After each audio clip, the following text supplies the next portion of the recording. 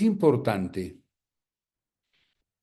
partir por ratificar algo que no es nuevo, por cierto, pero tenemos que mirar al tema del derecho y como parte de ese tema del derecho a la conciliación, desde un punto de vista de un enfoque distinto a partir de la Constitución Política del Estado, ¿verdad? Eh, es ahí donde también ingresa el tema de la conciliación con fuerza. Digo mirar con otro enfoque porque todos conocemos que a partir de la actual Constitución Política del Estado, ¿no? Dejamos ese Estado monista para ingresar a un Estado constitucional de derecho, ¿no? Y ese enfoque, en primer lugar, es importante, ¿no? Porque nos hace ver al derecho desde otro ángulo.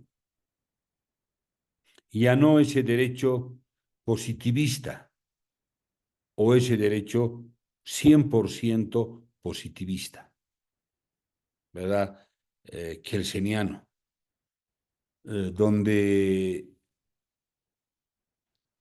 la letra muerta de la ley tenía que aplicarse como en el viejo derecho romano, ¿no? Dura lex sed lex, dura es la ley, pero es la ley, ¿no? Y a ese enfoque en el que ingresamos eh, nos permite flexibilizar la mirada del derecho, ¿no? En ese estado, decíamos, constitucional de derecho, ¿verdad? Que más allí de todos los temas de la constitución política del Estado, que no las vamos a ingresar a hacer un análisis, seguramente todos tenemos nuestras visiones, nuestros criterios, ¿verdad? De las cosas buenas, malas de la Constitución, no es esa la idea, pero algo que no podemos negar los abogados es ese enfoque del Estado constitucional de derecho, ¿no? Yo en lo personal tengo muchas críticas en la Constitución política del Estado, ¿verdad? Desde el cambio del Estado de la República de Bolivia por un Estado plurinacional, ¿verdad? Pero hay algo importante, es ese enfoque que tiene la Constitución, ¿verdad?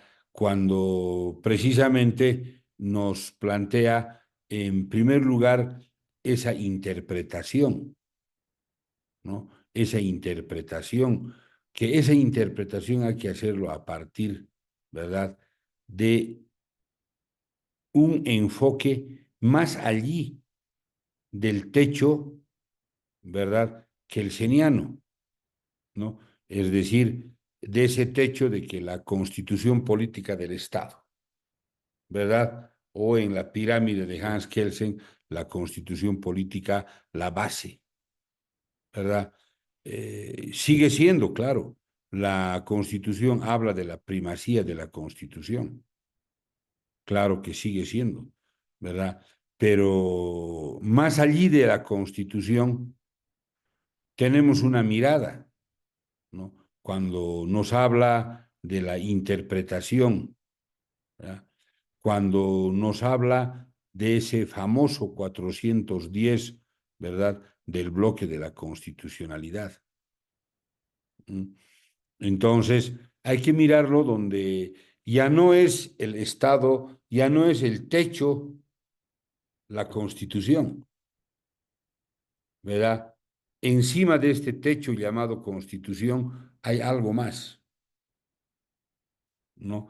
Y ese algo más es el bloque de constitucionalidad, nos abre al tema de los tratados, convenios, ahí está la Convención Americana de los Derechos Humanos, el Pacto de San José de Costa Rica, etcétera, ¿verdad?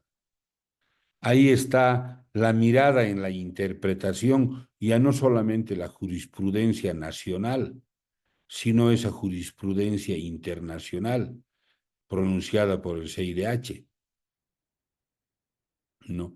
Entonces nos hace mirar más arriba de este techo, ¿no? nos dice, hay más, no es todo la Constitución, hay más, ¿no? Y claro, hay más, ¿no? Y a partir de eso se nos plantea, ¿verdad? El tema de una mirada, además, de aquello que en el derecho no lo podemos negar, es el control de constitucionalidad, ¿verdad? Y el control de convencionalidad. Ese contraste que hay que realizar de la normativa, primero con lo que se llama constitución. Hay que contrastar todas las normas, desde una resolución administrativa, ¿verdad? Mucho más una ley, un código, etcétera. Hay que contrastar con este techo que se llama inicialmente constitución. Y eso es lo que se llama control de constitucionalidad, ¿verdad? El contraste que existe con la Constitución. Pero hay que mirar un poquito más allí. Solamente vamos a contrastar con la Constitución, ¿verdad? No.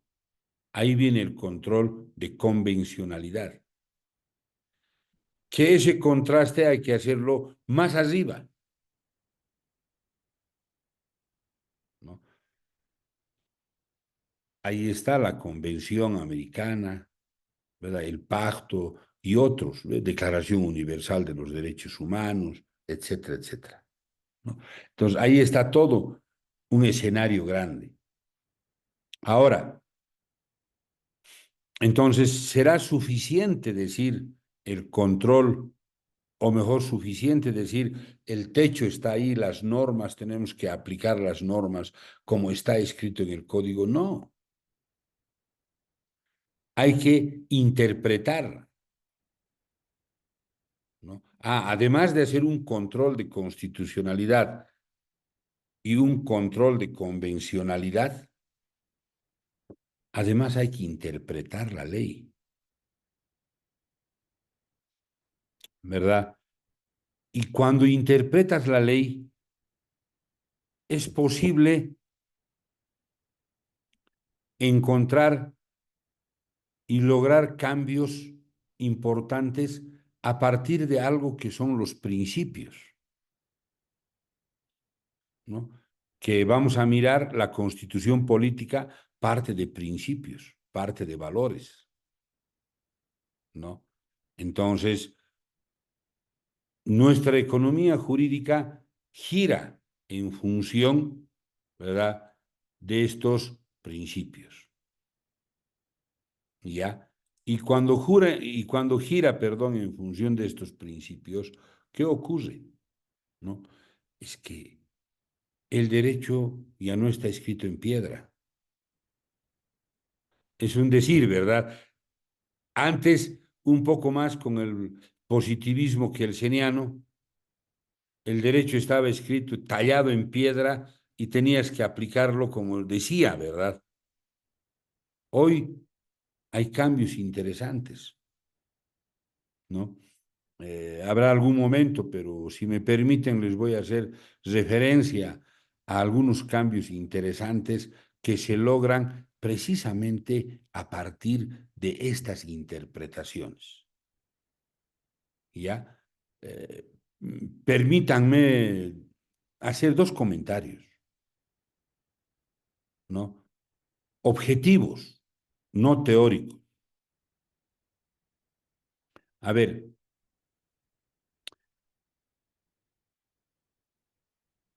cuando hablamos, por ejemplo, de un tema, les digo, permítaseme porque tal vez no estamos estos dos casos específicamente hablando de conciliación, pero quiero decirles este enfoque de un Estado constitucional de derecho y de esa mirada, ¿no? Hay muchos, muchos casos, ¿verdad? Pero a ver, rápido uno. A ver, si revisamos nosotros el Código Procesal Civil, por ejemplo, vamos a ver las tercerías, ¿no? Y entre esas tercerías vamos a ver la tercería de derecho preferente, de dominio excluyente. ¿Ya? Si revisamos el código procesal, la tercería es un incidente procesal, ¿no ve? Se tramita como un incidente procesal.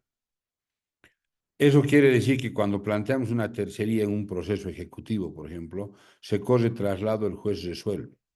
¿Y qué dice el Código Procesal Civil contra la resolución que ha pronunciado en relación a la tercería el juez?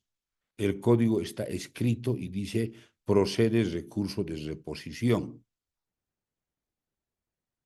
en el plazo de 3 días, ¿verdad? Así está escrito. Ahora, ¿podemos quedarnos conformes con eso? ¿O deberíamos quedarnos conformes con eso? ¿Creemos que eso está bien así en el código? ¿O creemos que ese tema tendría que ser motivo de una interpretación? Yo particularmente creo que sí. Y he llevado, de los muchos casos que yo he llevado en el tema, ¿verdad? Yo no estoy de acuerdo en que sea recurso de reposición en 3 días. Yo no estoy de acuerdo, ¿verdad? Y además de no estar de acuerdo, lo he practicado, ¿verdad? Yo digo, una tercería tiene pretensión propia. ¿Qué es la pretensión? Es el deseo, es la aspiración, ¿sí? Bien. ¿Cuál es entonces la tercería tiene pretensión? Claro que tiene. ¿Cuál es tu pretensión? Que te paguen primero a ti. Eso es lo que deseas, ¿verdad? Para eso pides, para eso planteas tercería, para que te paguen primero a ti. Entonces tiene pretensión propia. Entonces, ¿será correcto que sea incidente? No, no puede ser incidente porque tiene pretensión propia. ¿Acaso es algo accesorio? El incidente es algo accesorio al proceso principal, ¿no? Pero este otro no es accesorio porque yo quiero que me paguen primero a mí con el fruto del remate. Entonces tiene pretensión propia. Y cuando el juez resuelve esa tercería, ¿qué tipo de auto es ese? ¿Es un auto interlocutorio simple o es un auto interlocutorio definitivo? Es definitivo, ¿no ve? Claro. ¿Por qué? Porque has resuelto una pretensión, ha puesto fin a algo. Entonces, si ha puesto fin a una pretensión, no es autointerlocutorio simple, es autointerlocutorio definitivo. Entonces, ¿corresponde recurso de reposición? No, corresponde recurso de apelación en 10 días, ¿verdad? Así yo entiendo el derecho. Y no estoy de acuerdo con lo que está escrito en el código. Y lo he planteado amparos constitucionales y finalmente hemos creado una línea jurisprudencial. Y en este momento les voy a compartir las sentencias constitucionales. Bueno, no será de conciliación, pero para que vean que lo que les estoy hablando es cierto y no me estoy inventando, ¿verdad? Donde ahora hay dos líneas jurisprudenciales. Una que mantiene lo que dice el código, incidental, autointerlocutorio simple, reposición en 3 días. A la letra muerta de la ley, concepto kelseniano positivista. Y la otra, la que hemos creado nosotros. Ah, la tercería tiene pretensión propia. La resolución pone fin y por lo tanto es un auto definitivo y no es un simple. Y por lo tanto corresponde a apelación y no reposición. Y por lo tanto son 10 días y no 3 días. ¿Qué tal? Totalmente distinto, ¿no ve? Claro. Razonamiento. Yo no estoy de acuerdo en aplicar a la letra muerta de la ley en los procedimientos, ¿no? Y bueno, adicionalmente se los voy a compartir eso, ¿verdad? Es que ese es el enfoque que hoy tenemos del derecho, ¿no? Y hago esta introducción porque es importante. Cuando veamos conciliación, ¿sobre qué vamos a conciliar? ¿Verdad? Sobre derechos, ¿no ve? Entonces hay que interpretarlos, ¿no? Tengo otro caso muy interesante que les puede servir, les voy a también compartir. A ver, ¿de qué se trata? Es un temita bien interesante. En el tema de herencia, sí o sí tenemos que hacer un proceso de división y partición de herencia, ¿no ve? Ordinario. Y ese proceso ordinario, ¿qué pasa cuando el bien no acepta cómoda división? Termina en la sentencia con un remate, con una subasta pública, ¿no ve? Pero desde el principio sabíamos que, que esa casa no se puede dividir. ¿Por qué? Porque las normas municipales no lo permiten, ¿no ve? Eso sabíamos desde el principio. Pero la ley me obliga a tener que hacer un proceso ordinario, largo, ¿no ve? Y al final, en ejecución de sentencias, rematar la casa. Así dice la ley, ¿no ve? Así está escrito el código. Creo que sí, ¿no? Pero yo no estoy de acuerdo. No comparto ese criterio. ¿Por qué tengo que esperar todo un proceso ordinario para rematar una casa que no se puede dividir por vía de la herencia? Entonces, si revisamos los procesos monitorios, entre los otros monitorios hay un proceso que se llama cese de copropiedad. ¿No ve? Y el cese de copropiedad es justamente cuando la casa no se puede dividir, directamente entras por monitorio y ¡plaf! Cortas y los rematas directamente, ¿no ve? Pero ¿qué dice el código? Que ese cese de copropiedad se aplica solamente para el caso de los bienes que han sido origen, compra y venta. ¿Y por qué no para la herencia? ¿No ve? Entonces yo le he metido un tema de un monitorio. Me han rechazado. Sabía que me iban a rechazar. He apelado, me he ido al amparo y les he ganado.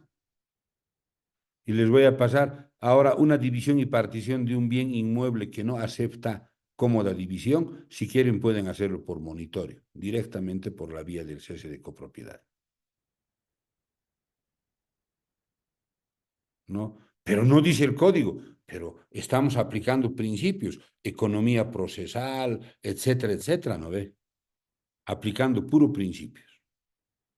Y bueno, podría contarles muchas anécdotas. Por eso digo, al derecho hay que darle otro enfoque, otra mirada ahora, ¿no? Y bueno, no obviamente no pretendo pasarme la sesión contándoles estas anécdotas de las cosas que estamos haciendo, ¿verdad? Y muchos, ¿no? Porque, no, pues, no nos obliga, pues, a aplicar la ley como está escrita. ¿Para qué está entonces el control de constitucionalidad, el control de convencionalidad? ¿Para qué está el bloque del 410? ¿Para qué está esa mirada hacia arriba, principios, interpretación, etcétera, etcétera? ¿Para qué está entonces? ¿De adorno? No, para darle uso, ¿no? Entonces, mirando ese enfoque, ¿verdad? Que es interesante, por cierto. Entonces, yo digo, al derecho hay que mirarlo porque estamos en un Estado constitucional de derecho. Que hay barbaridades, bueno, hay barbaridades, ¿no? Ahí estamos el embrollo a la que nos ha llevado también el Tribunal Constitucional con el tema de las elecciones judiciales, ¿verdad? Entonces, bueno, pero estamos en un Estado constitucional de derecho. Entonces, partamos siempre, colegas, de tener ese enfoque, ¿verdad? De lo que algunos autores denominan el otro derecho, ¿verdad? No es nuevo, porque no es nuevo. ¿verdad? No es nuevo. Esto viene de años, ¿no? Del siglo anterior, etcétera. No es nuevo. Para nosotros muchas cosas es nuevo, sí, ¿no? Por eso yo comparto con algunos autores cuando hablan del otro derecho, ¿verdad? Donde tampoco podemos dejar de lado el positivismo kelseniano, no, no, ¿verdad? Pero tampoco vamos a aplicar a la letra muerta de la ley, tampoco, ¿no? Bajo ese enfoque, entonces, colegas, ustedes han revisado ya el tema de los elementos básicos, pero yo quiero recapitular, ¿verdad? Que en realidad, más allá de este tema etimológico, del verbo conciliar, etcétera, ¿verdad? ¿Por qué ese latinazgo? ¿Por qué ese tema etimológico? No es que me guste ser historiador, ¿verdad? Sino que hay que encontrar la filosofía, la esencia, ¿verdad? Y lógicamente, ¿qué significa conciliar? Concertar, significa proponer, significa que dos o más personas se pongan de acuerdo, ¿verdad? Significa que las partes debatan, ¿verdad? Esos intereses controvertidos, ¿verdad? Porque hay intereses controvertidos, ¿no? Pero para concertar, para componer, para ponerse de acuerdo, hay que proponer, ¿verdad? Para resolver aquello que podría ser una controversia, ¿verdad? Porque tenemos intereses, todos tenemos intereses, ¿no? Entonces, por eso es que yo lo veo que la conciliación es un medio autocompositivo, ¿verdad? Porque a partir también de esa concertación, a partir de ese acuerdo y a partir de esos criterios que estamos manejando, del enfoque del derecho, ¿verdad? Obviamente vamos a buscar soluciones. ¿Y quiénes vamos a dar soluciones? Las partes, de manera consensuada. Por cierto, dirigidos por un mediador llamado conciliador, ¿verdad? Que lógicamente, este puede ser un conciliador, puede ser un juez, ¿verdad? En materia familiar es el juez el que hace el papel del conciliador. En materia civil hay la conciliación extraprocesal e intraprocesal. La extraprocesal lo hace un conciliador. La intraprocesal lo hace el juez, ¿verdad? Dentro de la audiencia preliminar, en el proceso ordinario, ¿verdad? Lo hace el juez, ¿no? Entonces, vamos a ver en materia laboral, ese tercer sujeto también puede ser el inspector, ¿no? Entonces, es un juez, un funcionario, etcétera, ¿verdad? Que dirige, que impulsa para que las partes lleguen a un acuerdo, ¿no? Pero realmente podemos llegar a acuerdos, ¿verdad? Interesantes, innovadores, ¿no? Porque en el tema de la conciliación no debería haber camisa de fuerza. Por eso introducía la charla de hoy con esas experiencias que les he comentado, ¿no? Porque no hay camisa de fuerza, y mucho menos en la conciliación, ¿no? En la conciliación, realmente la concertación, el ponerse de acuerdo, nos permite muchos aspectos, muchos elementos fundamentales, ¿verdad? Y es tan importante la conciliación, porque antes, si bien había la conciliación, pero no tenía la forma que hoy tiene, ¿no? Entonces alguien dice, no, ¿para qué vas a ir ante un conciliador, por ejemplo? ¿No? Entre partes nomás haremos un documento, nos pondremos de acuerdo. Eso también es conciliar, ¿no ve? También es conciliar, ponerse de acuerdo entre partes y nos arreglamos. Pero veamos la ejecución, veamos el cumplimiento de ese acuerdo de partes, ¿no ve? Si yo hago un documento, concilio la deuda con la otra persona y firmamos un documento por el cual se compromete a pagarme, también es una conciliación. Nos hemos puesto de acuerdo, pero no es una conciliación en los términos a los que nos estamos refiriendo, a los términos que se ha incorporado, ¿no? Porque esa conciliación, ¿verdad?, que yo he hecho en un documento privado sin intervención, ¿verdad?, del tercero conciliador, ¿verdad?, y sin someterme al procedimiento adecuado, es un documento privado que ahora para lo único que me va a servir es para iniciar un proceso de nuevo, ¿no? No me ha cumplido, me ha fallado, ¿no? Ahora tengo que iniciar un proceso para que lleguemos a una sentencia y haga cumplir ese documento. En cambio, en la conciliación, ya no voy a necesitar hacer un proceso judicial, ¿no ve? ¿Por qué? Porque una vez que esta conciliación sea aprobada por la autoridad que corresponde, ya tiene la calidad de sentencia, constituye una sentencia y tiene un carácter de cosa juzgada. Y a lo único que ahora voy a entrar es a la ejecución de sentencia.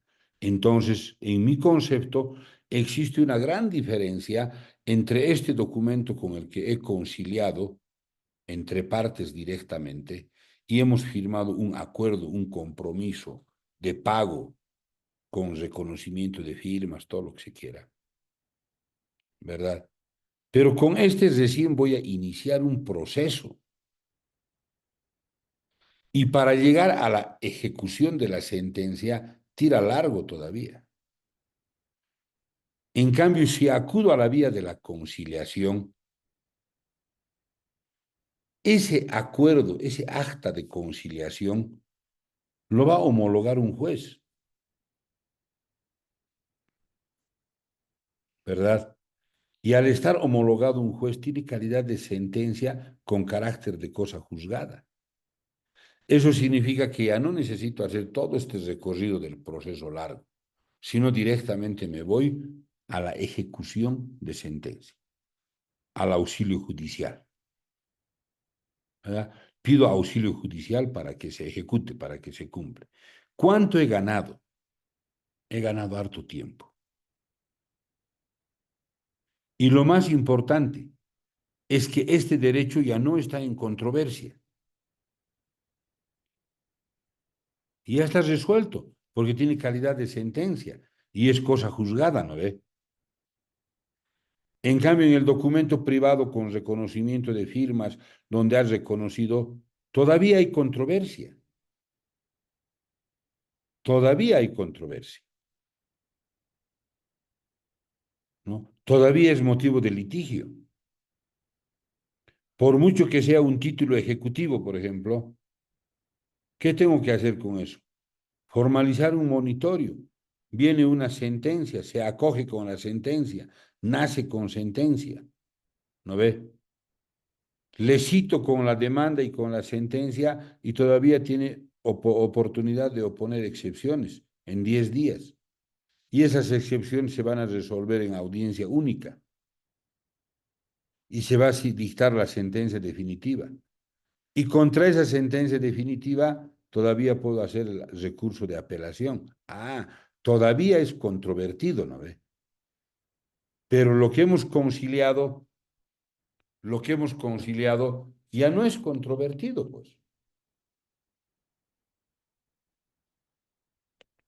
Ya no es controvertido. Ya está resuelto. Entonces, Realmente es interesante. ¿Cuánto he ganado en espacio de tiempo? Principio de economía procesal, ¿verdad? Además de haber ganado en tiempo, es un derecho resuelto, ya no es un derecho controvertido, ¿no? Entonces, los alcances de la conciliación son extensos y además son efectivos, ¿verdad? Porque esa resolución, ¿verdad? Ha puesto fin a los conflictos de manera amigable, de manera rápida, menos costosa, ¿verdad? Por eso es que la conciliación se convierte en las diferentes áreas del derecho en una herramienta importante, en una herramienta fundamental para resolver todos los conflictos en general, ¿no? Entonces, miren, por eso yo quería partir, no porque me gusta ser historiador, ¿no? Sino porque realmente hay que interpretarlo, realmente hay que entender, realmente hay que captar esa filosofía, ¿no?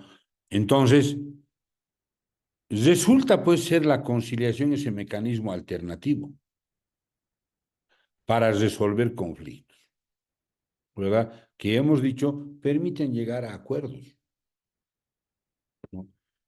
Y se lo hace con la ayuda de un tercero imparcial. Puede ser conciliador, puede ser juez, puede ser autoridad administrativa, etcétera, etcétera, ¿verdad?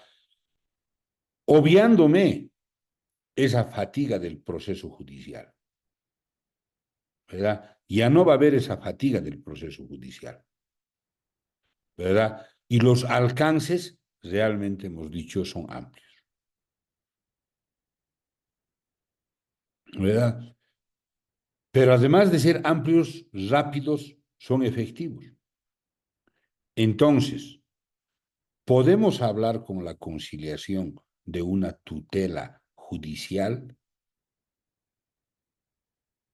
Sí, hay tutela. El Estado, por intermedio de las instancias, instituciones, etcétera, nos otorga tutela. Pero además hay algo interesante. Además de otorgarnos tutela, es una tutela pronta, es una tutela oportuna, ¿verdad? Pero además hay algo más, es una tutela efectiva, ¿no? Entonces, en cambio, por la vía judicial, sí, cuando yo presento mi demanda en la vía judicial y el juez me admite mi demanda, hay tutela, me está tutelando, ¿no ve? Claro, me está tutelando. Pero esa tutela corre el riesgo de no ser pronta, de no ser oportuna, ¿no ve?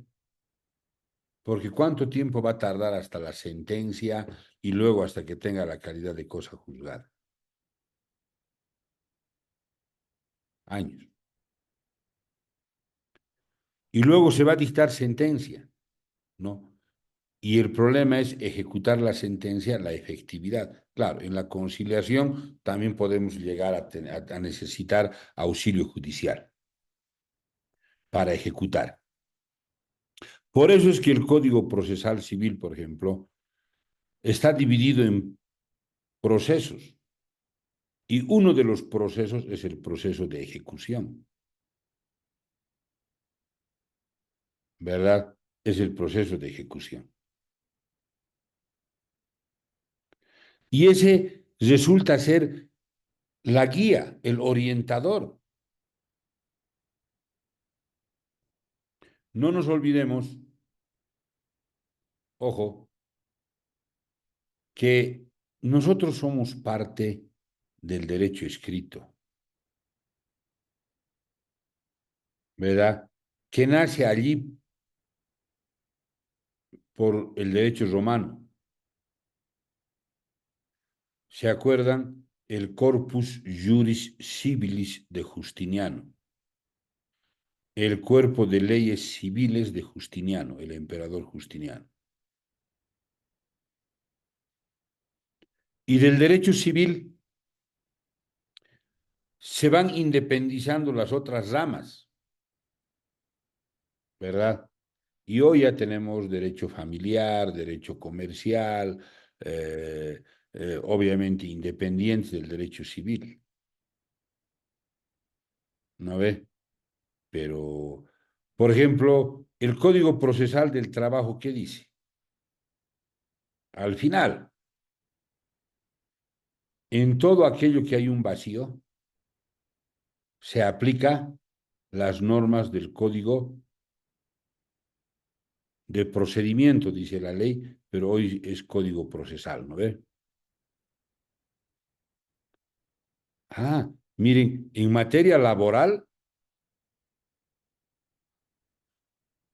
¿no? En materia laboral, si hay vacíos, hay que aplicar el Código Procesal Civil.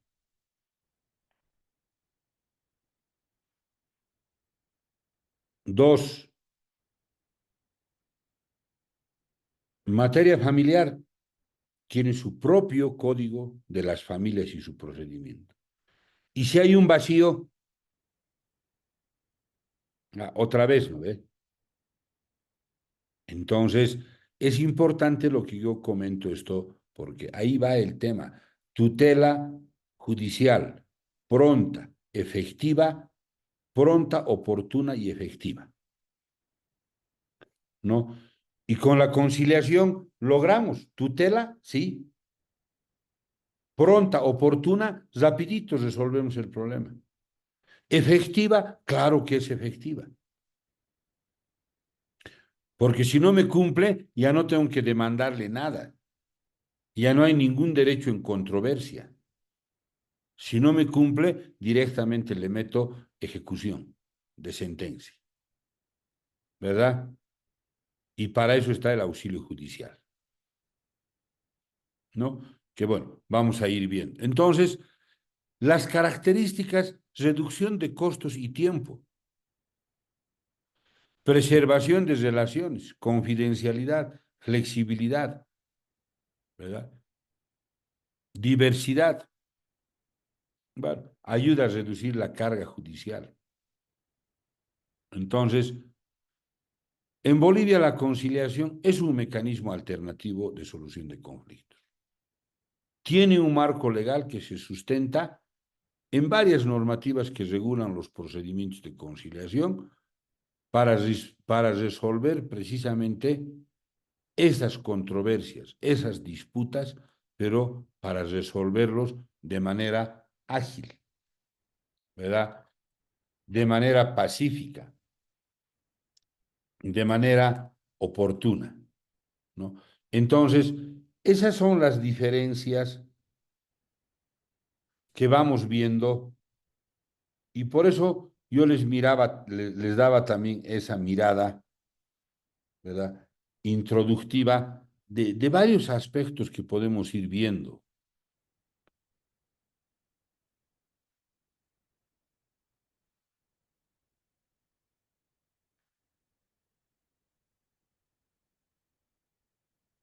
Bien, ahora,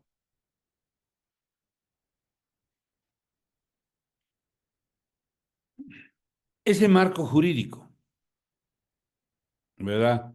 La constitución política del Estado, ¿no ve? Claro, no vamos a hacer una mirada larga, pero simplemente decimos, a ver, el artículo 8 promueve principios ético-morales, ¿verdad?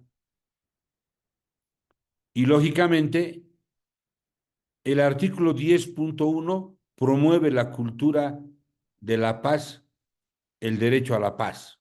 El 108.4 hay que defender, promover y contribuir, ¿verdad? A ese derecho a la paz y fomentar la cultura de paz, ¿no? Entonces, En ese enfoque de la Constitución, de ese Estado constitucional de derecho del que estamos hablando, ¿verdad? Primero, que esta sociedad está girando sobre principios, ¿verdad? Ético, morales, principios procesales, etcétera. ¿Qué te permiten los principios? Abrir la mirada de la interpretación, lo que les decía hace rato. Principio de economía procesal, ¿no? ¿Para qué voy a hacer un proceso tan largo, ordinario, si lo puedo matar con un monitorio, ¿verdad? Y puedo acabarlo rápido, ¿no? Y ahí vamos a esa tutela judicial pronta, oportuna y además efectiva, ¿no ve? En vez de tardar 2 años, 3 años con un proceso ordinario y sus recursos de apelación, con un monitorio lo puedo rematar en 2 meses, 3 meses la casa, ¿no ve? Así de rapidingo. Entonces, obviamente, la conciliación, bueno, gira pues también en función de esos principios ético-morales, la cultura de paz, etcétera, ¿no? Y en ese entendido, bueno, existe la ley 708 de conciliación y arbitraje, que eso lo vamos a ver en la próxima sesión, ¿verdad? Les decía hace rato, vamos a ir epilogando por ahí, ¿verdad? Hay un código de procedimiento, el Código Procesal Civil, que es el que más espacio tiene en cuanto a conciliación, ¿no ve? Tiene la conciliación extraprocesal, la conciliación intraprocesal, obligatoria en los procesos ordinarios y extraordinarios, optativa en los procesos de estructura monitoria, ¿verdad? Entonces, esa conciliación es sumamente interesante, ¿no? Y el Tribunal Supremo inclusive ha sacado un protocolo de conciliación civil, ¿no ve? Además hay un protocolo. ¿Para qué? Para regular justamente lo que decíamos. La conciliación está regulada, ¿no? En el ámbito comercial civil está la ley de conciliación y arbitraje. En el tema enteramente civil está el Código Procesal, ¿verdad? También en el tema penal está la ley de protección a las víctimas de violencia, ¿verdad? Es posible conciliar, ¿verdad? Obviamente también tiene sus prohibiciones, ¿verdad? Que no vamos a tocar temas penales en este módulo, ¿verdad? Pero también hay la posibilidad, mucho más la ley de descongestionamiento y efectivización procesal penal, ¿verdad? Donde abre una etapa de conciliación para los delitos leves y para los delitos patrimoniales fundamentalmente, ¿verdad? Como una forma de resolución rápida, que inclusive a partir de la conciliación hasta puedes llegar a la extinción de la acción penal, ¿no? Claro, concilias, ¿verdad? Se logra resarcir los daños y eso da lugar inclusive a la extinción de la acción penal, ¿no? Bueno, en materia laboral, que enseguida vamos a ver, ¿verdad? La Ley General del Trabajo y el decreto reglamentario de la Ley General del Trabajo, ¿verdad? Que hay y reconoce la conciliación. Y vamos a ver interesantes temas de eso, ¿verdad? La individual y la colectiva. Y hasta los reglamentos y normativas municipales y departamentales, ¿verdad? No todos los municipios, pero en muchos municipios, en muchas regiones, existen ya normativas locales que regulan la conciliación, ¿no? Respetando precisamente ese ámbito comunitario, intercultural, respetando los usos y las costumbres, etcétera, etcétera, ¿no? Entonces, es como decíamos, hay una normativa,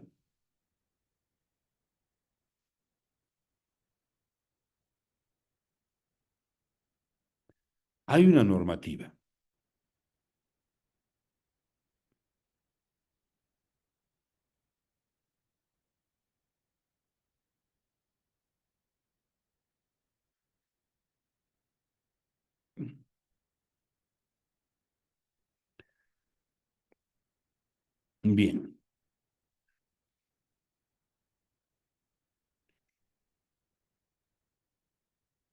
Bien. Continuaremos entonces agradeciendo a los 2, 4, 6 colegas que tengo en sala, ¿no?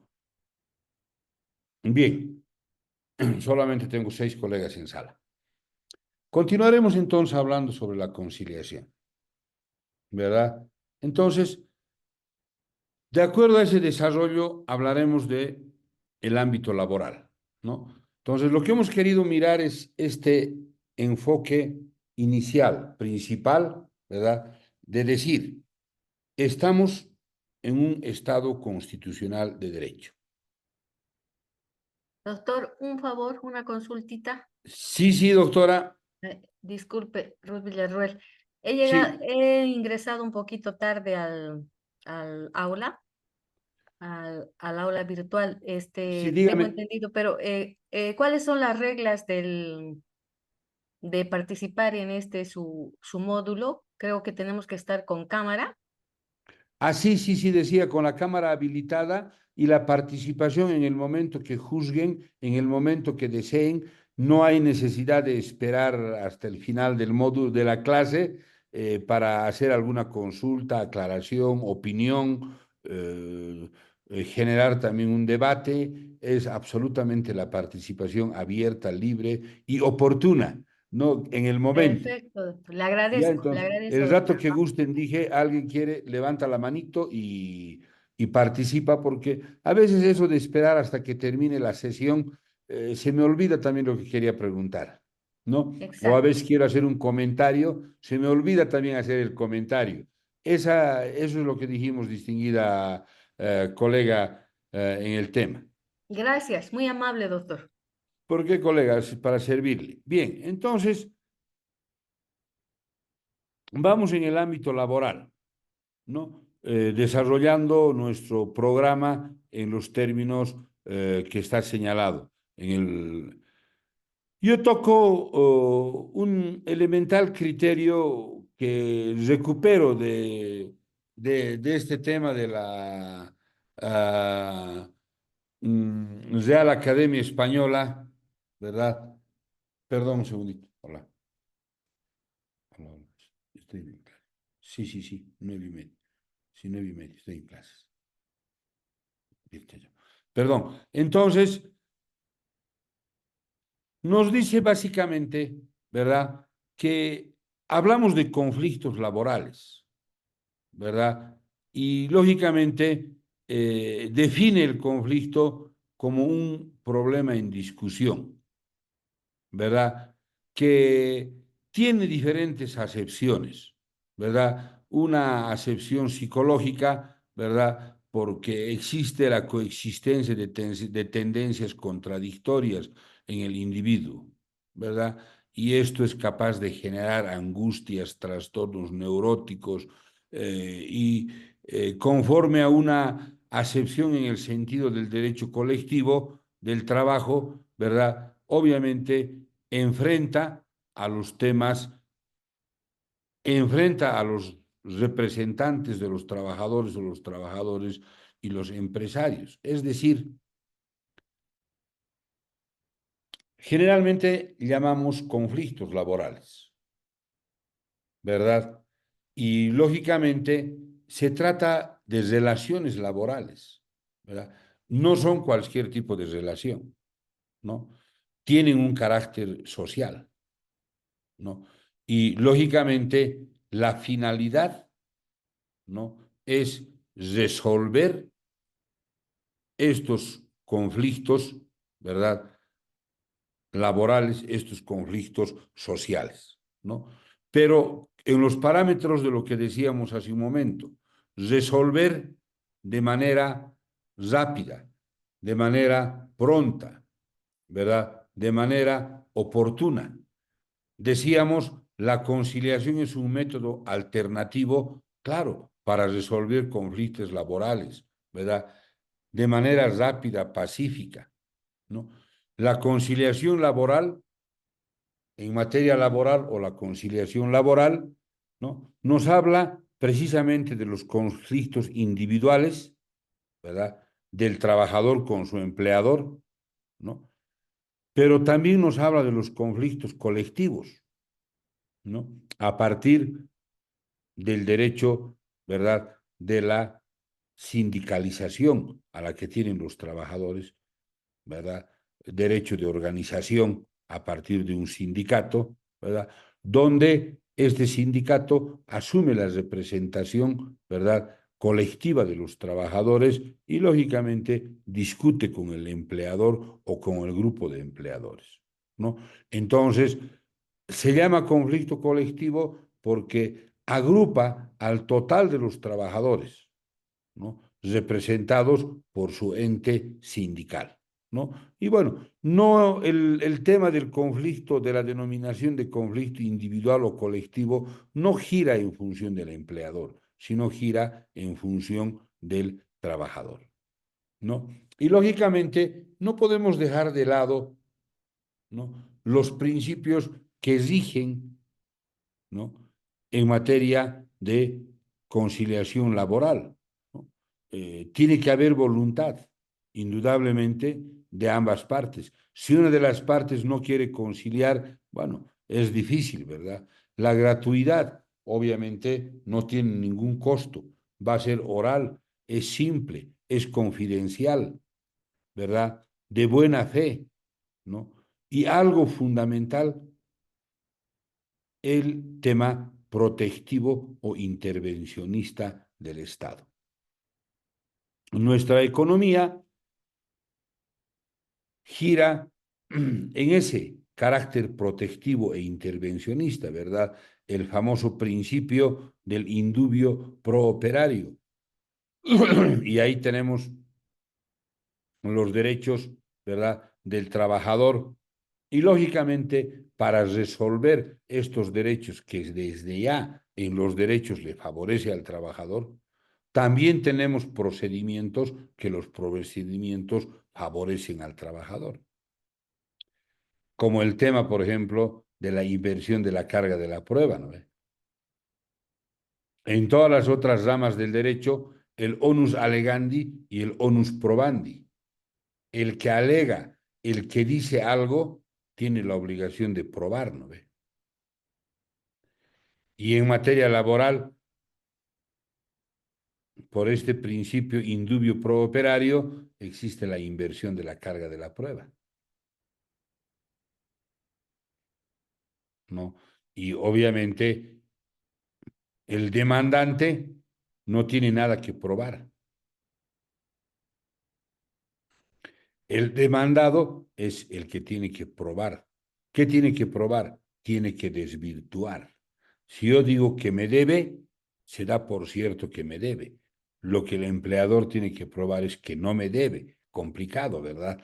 Entonces, pero bueno, es que cuando conciliamos, tenemos que conciliar también en función, ¿verdad?, de las normas que regulan un área del derecho determinado, ¿no? Y por eso es que se establecen principios de conciliación, ¿verdad? Y aparte de todos los principios que son generales prácticamente, como la voluntad, confidencialidad, buena fe, etcétera, en materia laboral está el protectivo o intervencionista, ¿verdad? El famoso indubio pro operario, ¿no? Entonces, en todos los temas de conciliación, también va a primar este tema del indubio pro operario. Entonces, ¿cuándo es posible ingresar a la conciliación en materia laboral? ¿No? Cuando hay conflictos individuales o colectivos, decía, ¿verdad? ¿Qué tipo de conflictos? Indudablemente emergentes de esa relación, ¿verdad?, entre el empleador y el trabajador, que pueden ser de carácter, ya decíamos, individuales o colectivos, ¿verdad? Y lógicamente surgen de esa relación laboral empleador-trabajador. No, no van a haber otro tipo de conflictos. No hay otra cosa que podamos conciliar. Lo que tenemos que conciliar son temas inherentes a las relaciones laborales, ¿no? No podemos conciliar otra cosa. ¿no? Obviamente, no lo establece nuestra economía laboral, porque sabemos que nuestra Ley General del Trabajo, su decreto reglamentario, ¿verdad? Datan pues de años, ¿verdad? Estamos hablando del 1940 ¿verdad? Y lógicamente van surgiendo normas posteriores que regulan el tema de la conciliación entre las partes. Entonces, ya la doctrina, ¿verdad? Y también los convenios internacionales, por eso mirábamos y decíamos hace rato, hay que mirar ese bloque de constitucionalidad, ¿no? Entonces, ¿qué cosa no se debería conciliar en materia laboral, ¿no? Temas de discriminación en el empleo,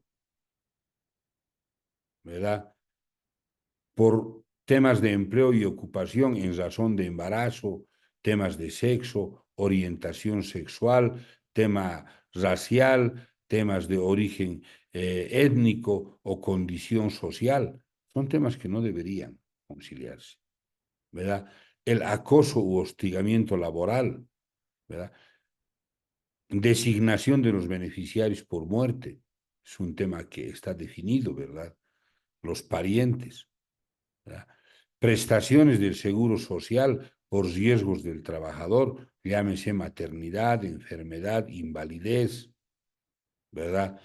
Etcétera. Accidentes de trabajo y demás. No podríamos conciliar porque son derechos fundamentales, básicos, ¿verdad? Trata laboral o trabajo forzoso, trabajo infantil, disputa de la titularidad de los contratos colectivos o contratos de ley, ¿no? Entonces, impugnación de los estatutos de los sindicatos o su modificación, son temas que no están en nuestra legislación, ¿verdad? Por la data antigua, pero sin embargo, miramos hacia o miramos más allí de la ley del trabajo, del decreto reglamentario, etcétera, ¿verdad? Y de las últimas disposiciones que han salido, y de pronto se recomienda, ojo, no se dice aspectos prohibidos de conciliar, ¿no? Sino, no se debería conciliar, ¿no? Porque este listado, ¿no? Que nos permitimos hacerlo de manera resumida, por cierto, ¿verdad? Son temas que de verdad no deberían entrar en un tema de conciliación, ¿no? Pero no está en nuestra normativa expresamente prohibido, ¿no? Entonces, cuando surgen conflictos entre trabajadores y empleadores o empleador, ¿verdad? Hay una primera fase, la conciliación, que lógicamente supone la negociación entre partes, ¿no? Para intentar resolver, para intentar mediar estos conflictos. ¿Qué elementos caracteriza en materia laboral la conciliación? ¿Verdad? Busca una aveniencia, ¿verdad? En cuanto al conflicto, pero necesita conformidad de las partes, ¿verdad? Si no hay conformidad de partes, va a ser difícil lograr esa aveniencia, ¿no? Hay que tomar en cuenta que el conciliador no resuelve, propone, ¿verdad? Porque son las partes las que debaten, son las partes las que acuerdan, ¿no? Y buscan una solución a su problema, ¿no? El conciliador es un buen mediador, ¿no? Lógicamente, en materia laboral es necesario, ¿verdad? Utilizar la conciliación, por ejemplo, antes de resolver un conflicto, o mejor dicho, antes que el conflicto, ¿verdad? Se exteriorice o termine en una huelga o el lockout, el cierre de la empresa, ¿no? Entonces, son tratados de paz entre partes, ¿no? Donde interviene un tercero, que es el Ministerio del Trabajo, ¿no? Entonces, Bajo ese enfoque, ¿no? El marco regulatorio, claro, es la Ley General del Trabajo, capítulo 1, ¿verdad? Conciliación y arbitraje, artículos del 105 al 113, decretos reglamentarios de la Ley General del Trabajo, el título 10 de los conflictos colectivos de trabajo, capítulo 1, de la conciliación y arbitraje, artículos 149 al 158. El Código Procesal del Trabajo, ¿verdad? Claro, no nos habla el Código Procesal del Trabajo exactamente de la conciliación, ¿no? Pero decíamos hace un momento, si revisamos el Código Procesal del Trabajo, el 252, ¿verdad? ¿Qué nos dice? Que en todo aquello que no existe, o mejor, en aquellos aspectos que existen vacíos en el Código Procesal del Trabajo, ¿verdad? Se aplica la norma, es decir, el procedimiento civil. ¿Esto qué implica? ¿Verdad? Que hay conciliación, ¿no? Y lo vamos a ver de manera puntual. Quienes, cuando manejamos procesos laborales, por ejemplo, ahí hay una clara conciliación intraprocesal, ¿no ve?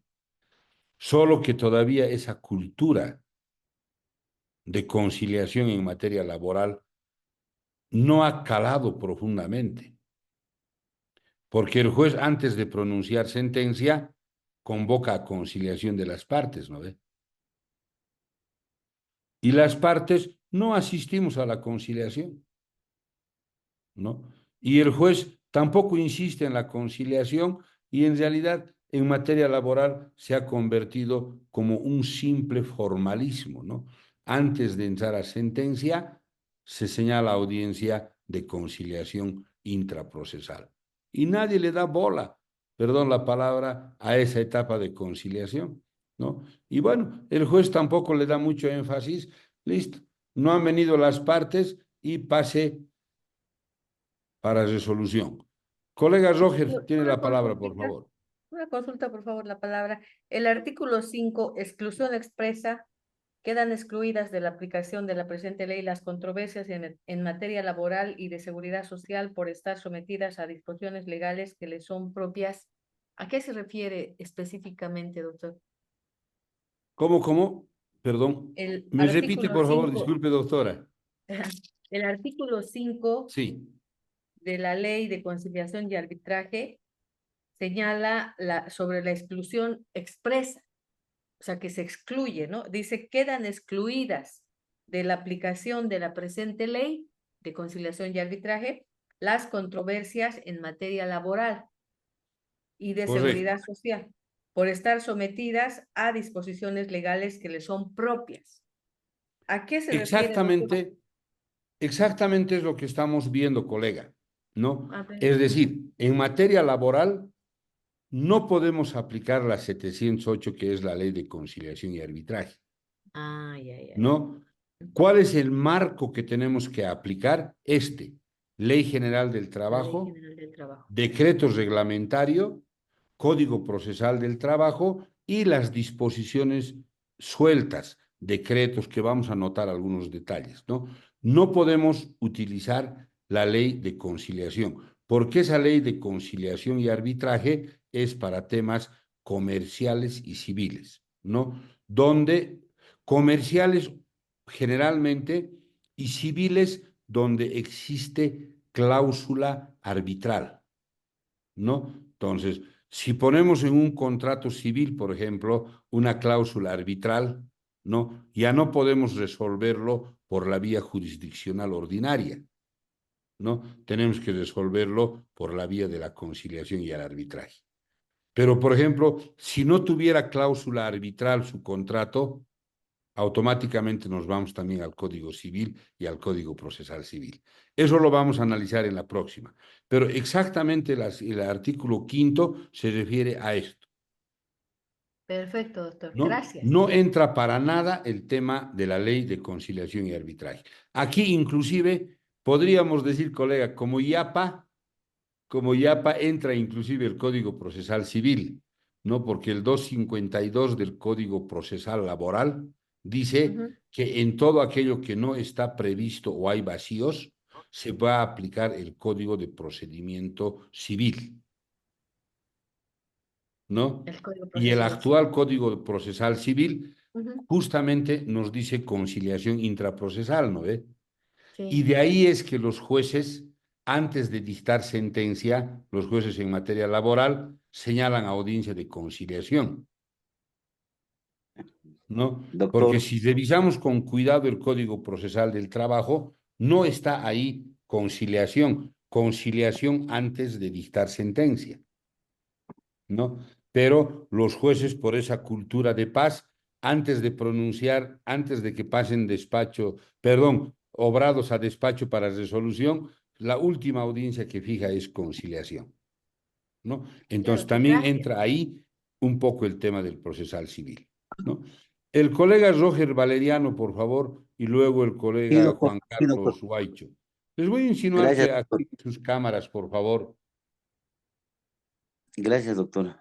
Sí, colega, a sus órdenes.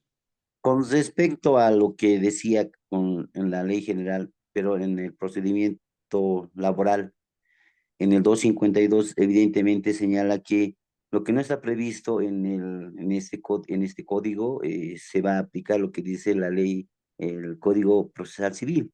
Pero sin embargo, en la anterior procesal civil no estaba, no estaba prescrito lo que es la conciliación, evidentemente en la 439 en el procesal civil, evidentemente dice, ¿no? Que tiene que haber, previamente tendría que existir una conciliación, entonces, y esto de, lo que quiero hacerlo notar es con respecto a lo que dice el procesal del trabajo, procesal laboral, que es del 79 del año Ujú. 1979. En cambio el procesal civil, que es recién del 2013, entonces no estaba previsto, ¿no? En el anterior procedimiento civil. Es lo que quiero referirme, doctor. Claro, efectivamente, doctor, no estaba previsto porque no había ese enfoque, ¿verdad?, que hoy tenemos a partir de la Constitución Política del Estado, ¿no? Efectivamente, pero de cómo ingresa la conciliación en un tema procesal laboral ahora, ¿no? Precisamente por la permisión que hace el 252 del procesal laboral. Claro, es antiguo el procesal laboral, ¿verdad? De los 70, ¿no? Es antiguo, pero ¿a qué código, a qué norma civil procesal se refiere ahora? A la 439, ¿no? Y la 439, obviamente, tiene el tema de la conciliación, ¿no? Y obviamente, en muchos temas en materia laboral, cuando hay algún vacío, en que hay varios vacíos en materia laboral, utilizamos el Código Procesal Civil, ¿no? Entonces, obviamente, hay varios aspectos que le han hecho, que le están un poco obligando a modernizar a ese Código Procesal Laboral a partir del enfoque del tema procesal civil también, ¿no? Entonces, es interesante. Yo particularmente aplico varias cosas del Código Procesal Civil, ¿verdad? Para ayudar, para apoyar en el tema de lo que significa el tema de lo que es el procedimiento, ¿no? Colega Juan Carlos Guaicho, Gracias, doctor. Sí, doctor, su cámara, por favor, colega. Sí, gracias. Adelante, colega. gracias. Gracias, doctor. Buenas noches a usted y a los colegas. A manera de ampliar un poquito lo que usted acaba de exponer, doctor, en el anterior módulo se ha hecho un análisis de una sentencia constitucional, el 0051-2015 quebrado 2S3, precisamente acerca de una errónea aplicación de la norma, en este caso del arbitraje. En en un conflicto laboral en la empresa Nudelpa. Entonces, el conciliador ha aplicado erróneamente la ley 708 cuando debió aplicar el Código Procesal del Trabajo, la Ley General del Trabajo. Entonces, todo lo que es la conciliación que se encuentra que regulada en esa norma se debió aplicar. Entonces, inclusive ha dejado sin efecto el laudo arbitral, la aplicación de multas, sanciones que ha establecido el tribunal arbitral. Entonces, solamente eso quería acotar, estimado doctor. Exactamente, colega Juan Carlos, es lo que decía la doctora Ruth Villarruel hace un momento, ¿no? Esa sentencia a la que ha hecho referencia exactamente está dirigido a eso. ¿Qué ha ocurrido en ese conflicto laboral? Han aplicado la ley 708 de conciliación y arbitraje y han resuelto, ¿verdad? Ese conflicto laboral en base a esa ley de conciliación y arbitraje. Y por expreso mandato del artículo 5 que ha dado lectura a la distinguida doctora, no es aplicable la ley de conciliación y arbitraje a los problemas laborales, ¿no? Entonces, gracias, doctor Juan Carlos. Confirma y ratifica entonces, doctora Ruth, lo que comentábamos hace un momento, ¿verdad? Eso ratifica la sentencia que ha dado mención el colega, porque no podemos conciliar en materia laboral. Por ejemplo, vamos a pasar a materia familiar también, ¿no? En materia familiar tampoco podemos conciliar bajo los parámetros de la ley de 708 de conciliación y arbitraje, Perfecto, ¿verdad? doctor. Gracias. Porque tenemos el Código de las Familias, tenemos su procedimiento y en su caso, si nos faltara, tenemos el procedimiento civil. Y inclusive hay un protocolo de conciliación que el Tribunal Supremo de Justicia ha aprobado, ¿no? Ahora, en materia civil, solamente podemos aplicar la ley de conciliación y arbitraje siempre y cuando haya cláusula arbitral. Y si no hay cláusula arbitral, tenemos que aplicar necesariamente el Código Procesal Civil y el protocolo de conciliación, ¿no? Entonces, eso es importante. Y esa sentencia que decía Juan Carlos es importante, ¿no? Y de esas vamos a encontrar también otras en materia civil, etcétera, ¿verdad? Entonces, no podemos conciliar utilizando cualquier norma. El colega Félix Espinosa, por favor. Sí, gracias, doctor. No simplemente era decir si no está aplicable la conciliación en el ámbito laboral, ¿por qué lo estamos viendo? ¿O hay excepcionalidades? A ver, una aclaración. No es aplicable la ley de conciliación y arbitraje.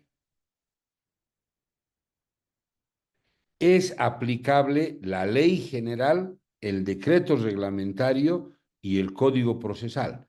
No estamos indicando que no es aplicable la conciliación en materia laboral. Más bien estamos hablando que la conciliación en materia laboral es aplicable, pero hay que aplicar la norma legal que corresponde, ¿no?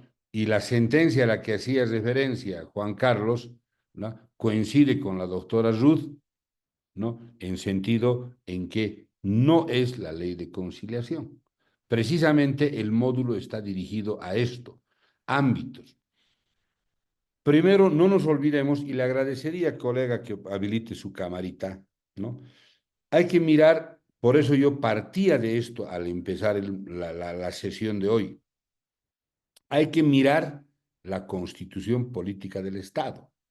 Yo he partido de ahí, ¿verdad? Y la conciliación y la constitución permite la conciliación en todos los campos. Y también yo he anotado hace rato que también he hecho referencia a materia penal, a materia municipal, a materia comercial, a materia civil, etcétera, ¿verdad? Hay la conciliación, pero en cada una hay que aplicar la norma legal que corresponde. No sé si eso le aclara, distinguido colega Félix. Sí, sí, sí, gracias. O sea, es que pareciera una aparente contradicción, ¿no? Pero básicamente sí se aplica la conciliación, pero no la ley de conciliación. Esa es la confusión, ¿no? Exactamente. Cada área tiene su propia normativa de conciliación, ¿no? Bien, entonces, en ese parámetro, por eso decía, colegas, es bueno que interrumpan en el momento que ustedes gusten, por favor, porque cuando no se aclara algo, continuamos, pero continuamos sobre una visión equivocada, ¿no ve? Entonces, por eso yo siempre digo, la pregunta tiene que ser en ese momento, caliente. Perdón la palabra.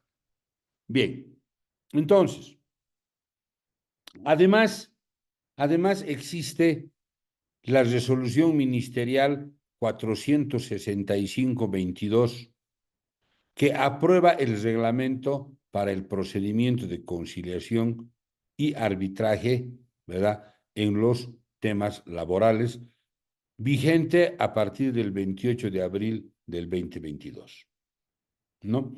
Entonces, por eso decía ese dato, ley general, decreto reglamentario, código procesal y las disposiciones conexas, ¿verdad? En materia laboral. Entonces, también, obviamente, hay un reglamento aprobado por resolución ministerial que orienta lo que estamos hablando en función de lo que significa esta conciliación en materia laboral. Entonces, el proceso, ¿qué nos dice más o menos este reglamento? En el proceso, primero, el proceso es de carácter sumario, lógicamente, ¿verdad?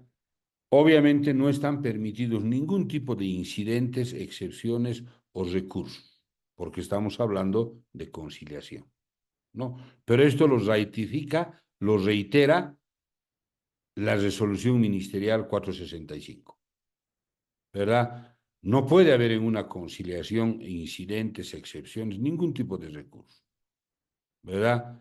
La notificación al empleador es con el pliego de peticiones o pliego de reclamaciones. Obliga a las partes a constituir sus representantes porque se va a formar la Junta de Conciliación, ¿no?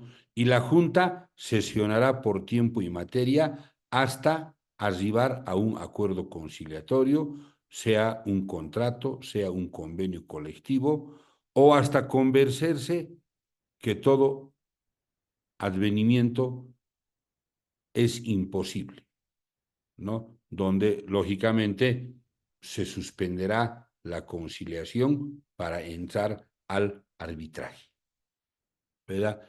Se puede realizar también con el apoyo de tecnologías de información y comunicación, ¿verdad? Entonces, en algún caso también podemos hacer virtual la conciliación, también podemos hacer virtual la conciliación. Y lógicamente, una vez que haya fracasado en todo o en parte la conciliación, ¿verdad? El conflicto colectivo pasa al tribunal arbitral, ¿no? Con todos los antecedentes de la Junta de Conciliación y el tribunal arbitral ya es quien resuelve, ¿no? Ya no concilia, resuelve, ¿no? Entonces, ratificando lo dicho, ¿verdad? Es la normativa especial, incluyendo este reglamento, ¿verdad? Para el procedimiento de conciliación, el que nos permite mirar este tema. Entonces, el tema de la conciliación va a empezar fundamentalmente con la presentación del pliego de reclamaciones, ¿verdad? Luego de que el empleador hubiese rechazado en todo o en parte la reclamación formulada. O una vez que recibió, en el plazo de 10 días, no hubiese respondido de manera positiva ni negativa al trabajador, ¿no?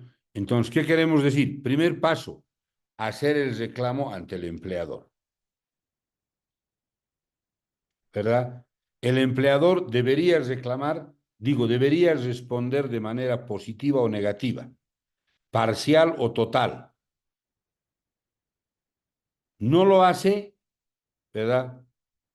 Pasan 10 días y no podemos esperarle al empleador indefinidamente que responda la solicitud. Entonces, se debe convocar, si es un conflicto colectivo, a una asamblea. En la asamblea se informará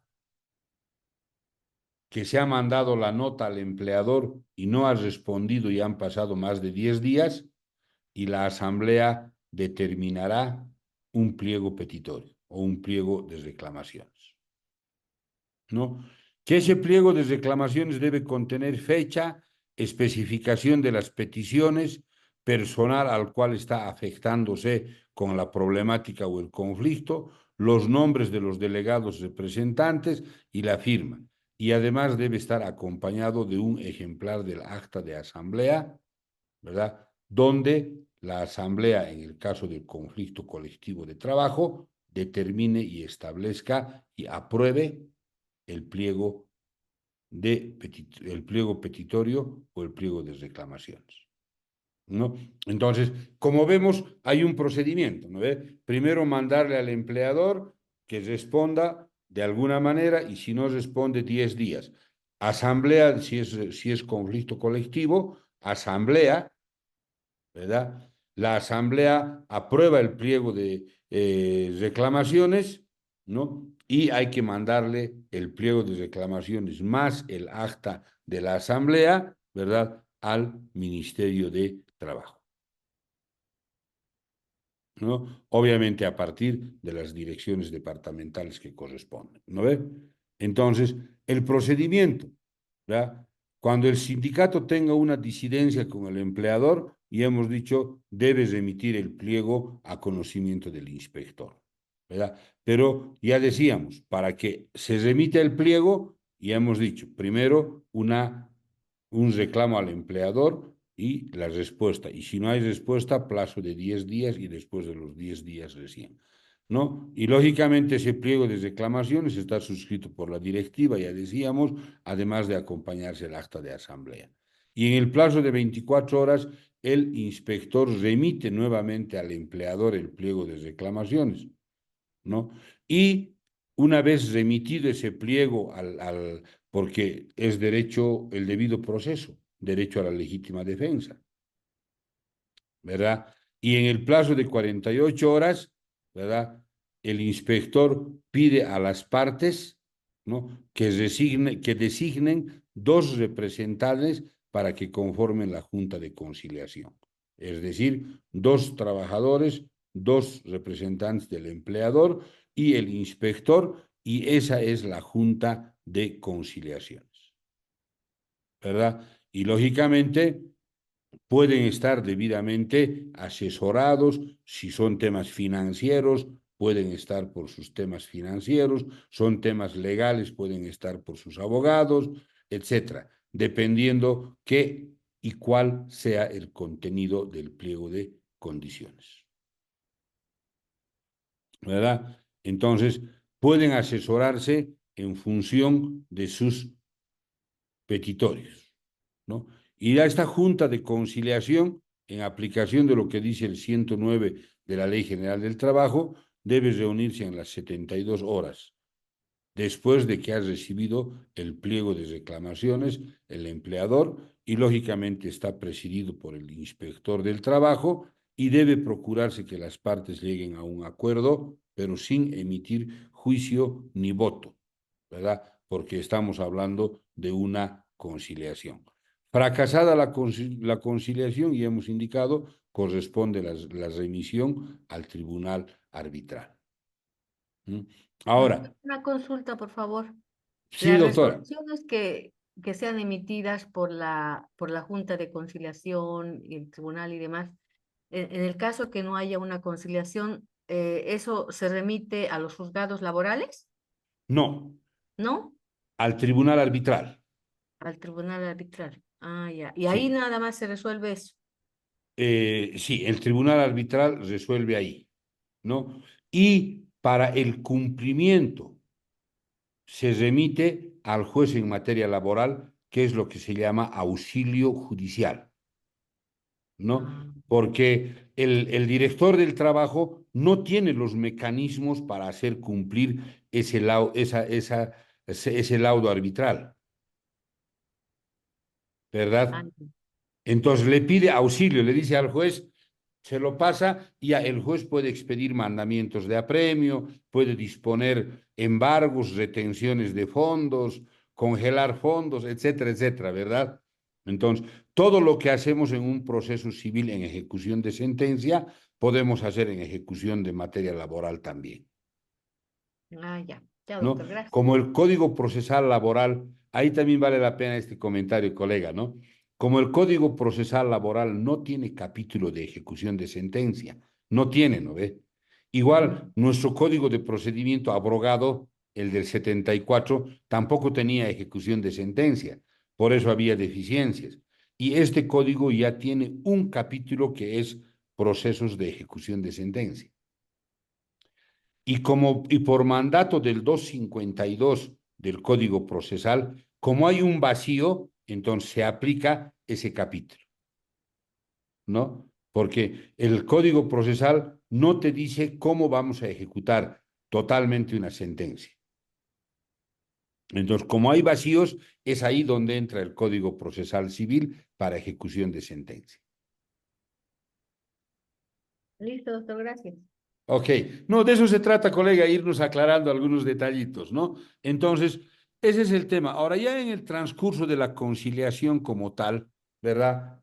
Puede haber cuartos intermedios, etcétera, etcétera, ¿no? Y obviamente la idea es tratar de llegar a una conciliación, bueno, y si no, entonces al tribunal arbitral. Entonces, ese tribunal arbitral ya solamente en vía informativa, ¿verdad? Está compuesto por un miembro de cada una de las partes, que es más o menos lo que ocurre en el tema de la ley de conciliación y arbitraje, ¿no ve?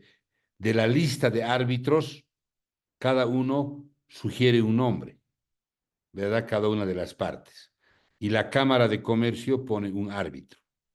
Y así se compone también en la ley de conciliación. Pero solamente de referencia, para no confundir, en materia laboral, cada una de las partes remite un nombre para el tribunal arbitral y obviamente hay un presidente, que es el director general del trabajo o de los directores departamentales o regionales de trabajo, ¿no? Quienes presiden el tribunal arbitral, ¿verdad? Obviamente no pueden ser árbitros los trabajadores en conflicto, ni sus personeros, ni abogados, ni sus representantes, ni del empleador, ni del trabajador. ¿Y qué pasaría si las partes no designan árbitro por cualquiera de las partes? El presidente del tribunal designará en rebeldía, ¿verdad? El tribunal arbitral, pero se tiene que componer el tema del tribunal. Y el fallo del tribunal arbitral será por mayoría absoluta, obligando a las partes y obviamente tiene la calidad de sentencia ejecutorial. Y en caso de inobservancia, se solicita el cumplimiento de la autoridad laboral, es decir, el auxilio de la judicatura, perdón, laboral, es decir, el auxilio judicial que se comentaba, ¿no? Entonces, terminamos. Junta de conciliación. Dirige el inspector. Hay acuerdo, se firma el acuerdo, ¿verdad? Y eso es aprobado y también se remite al juez para su cumplimiento, ¿no? Porque puede firmarse un acuerdo en la Junta de Conciliación. ¿Y quién hace cumplir este acuerdo? ¿No? El juez, ¿no? Es como en materia civil, el conciliador y luego lo remite al juez para que lo apruebe, ¿no? Entonces, es el que tiene la potestad. Y si revisamos precisamente entre los procesos civiles, entre los procesos coactivos, están las actas de conciliación aprobadas y están los laudos arbitrales, ¿no? Entonces, un acta de conciliación, ¿no? Tiene calidad de cosa juzgada y directamente corresponde que ingrese al auxilio judicial, ¿no? Entonces, no siempre el laudo arbitral, también el acta de conciliación.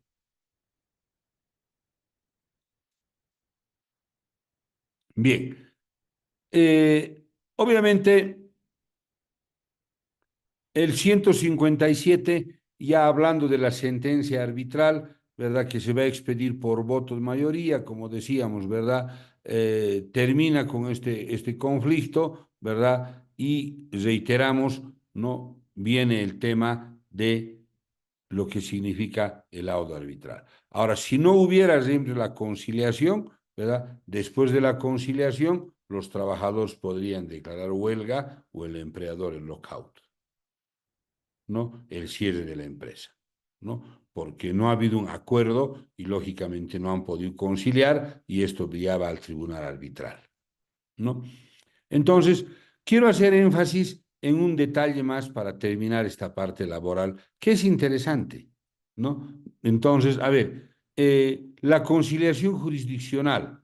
Ya decíamos, ¿verdad?, que por esa primacía constitucional, ¿verdad?, y ese criterio de la aplicación de los valores, principios, la política de paz a la que hemos hecho referencia, etcétera, es lo que justamente hace que no está en el procedimiento laboral, pero sin embargo, por estos temas se ha determinado que antes de pronunciar sentencia, el juez debe promover a la conciliación intraprocesal. Entonces, en procesos judiciales, ¿verdad?, no hay conciliación previa, pero hay la posibilidad de conciliación intraprocesal, ¿verdad? Antes, lógicamente,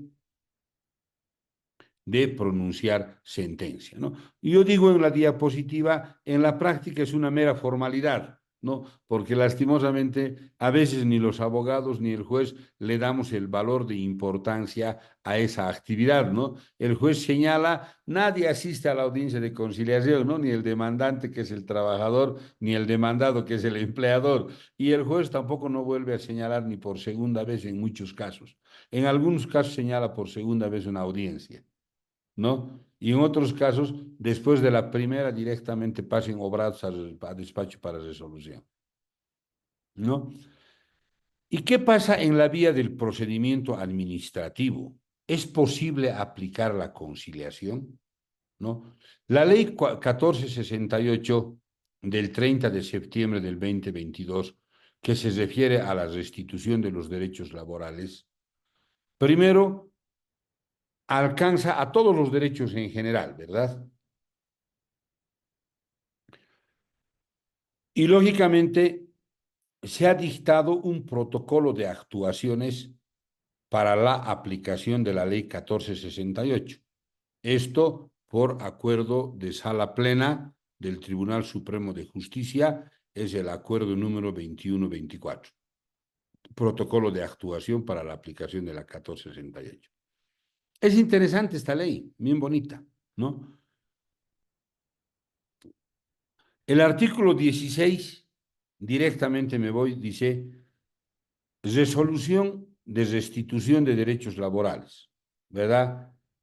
Una vez que se dicta la resolución, primero quiero dar una idea de la ley nada más, ¿verdad? Y luego voy a hablar cortito de la conciliación, porque esta ley no dice conciliación, pero obviamente tampoco prohíbe la conciliación. Además está la primacía constitucional, ¿no? Pero a ver, ¿qué dice? Cuando uno tiene un problema de restitución, pensemos despido, pensemos no pago de sueldos, pensemos rebaja de sueldos, pensemos temas eh, de cualquier tema laboral. Tiene 3 meses para presentar, ¿verdad?, en la vía administrativa al inspector del trabajo, ¿verdad?, la denuncia,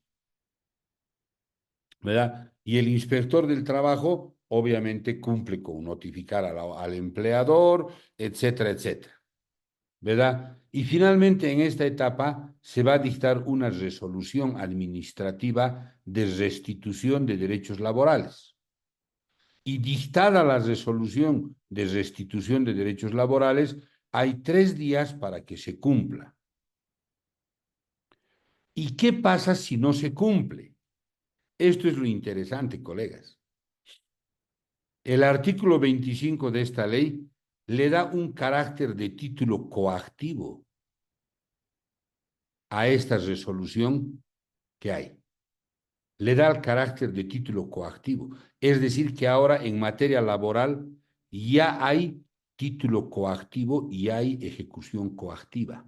Y eso obviamente no está en el Código Procesal de la O. Eso es nuevito, ¿no ves? O sea, ojo, es igual que en materia civil, ¿se han dado cuenta? En materia civil también tenemos ejecución coactiva, ¿no ve?